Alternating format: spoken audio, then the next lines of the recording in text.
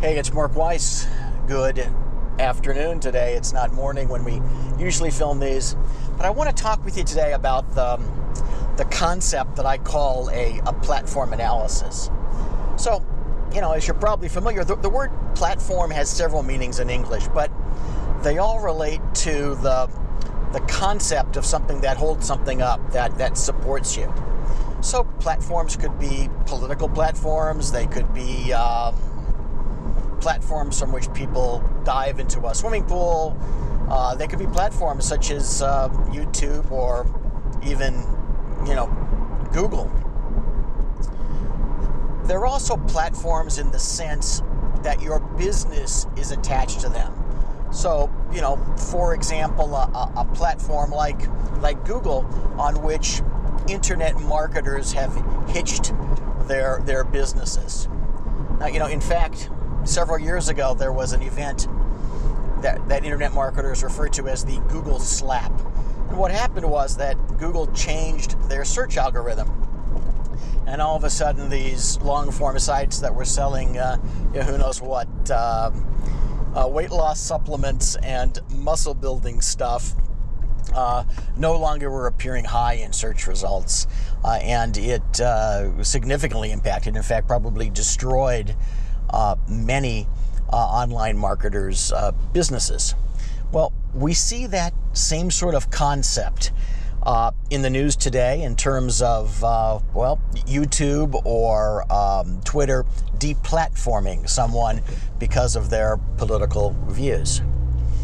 We also see it, in fact, I saw a story about it today, about American Airlines and Southwest, which heavily invested in the Boeing 737 MAX, only to find out that platform, if you will, for their business now has some significant issues, and they've had to ground their fleets while they're doing some at Boeing, some sort of a software fix, and then doing retraining of pilots. So what's it have to do with you? Well, whether you're the leader of a hospital-based group, an office-based group, or someone who runs a healthcare facility, say a ambulatory surgery center or a chain of imaging facilities, and you're dependent upon a network. So it could be a network such as a hospital with which you have a contract. For a hospital-based group, it could be a system-wide exclusive contract. For the imaging center or the ASC, it could be the platform of being on the provider network of a certain large payer that's significant in your market. You're subject, just as those guys who were marketing through Google, or the political, YouTube shows who were deplatformed by Google. You're subject to the same sort of deplatforming. A hospital contracted group can lose its contract, mooting your existence. A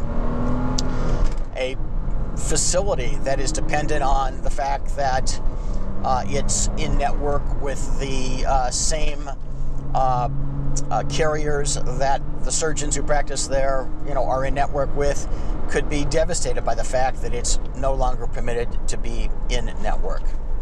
So, how have you taken care of analyzing your sensitivity to being deplatformed, and what steps have you taken to minimize the impact of being deplatformed? Certainly, if you're a hospital-based group and you only have a hospital contract with one hospital, the contract ends, well, then your reason as a group for further existence has been mooted.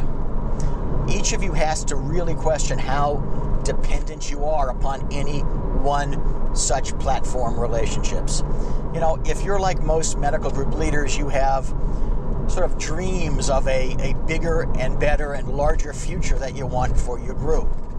But if you've given the authority to someone else to moot your existence, to deplatform you, whether you've done it on purpose by saying you're only dedicated to one facility or one system, or whether you've done it by accident because you haven't spread the business out as wide as you could, well, then you're giving someone else the permission to turn your dreams of that bigger and better future into a nightmare.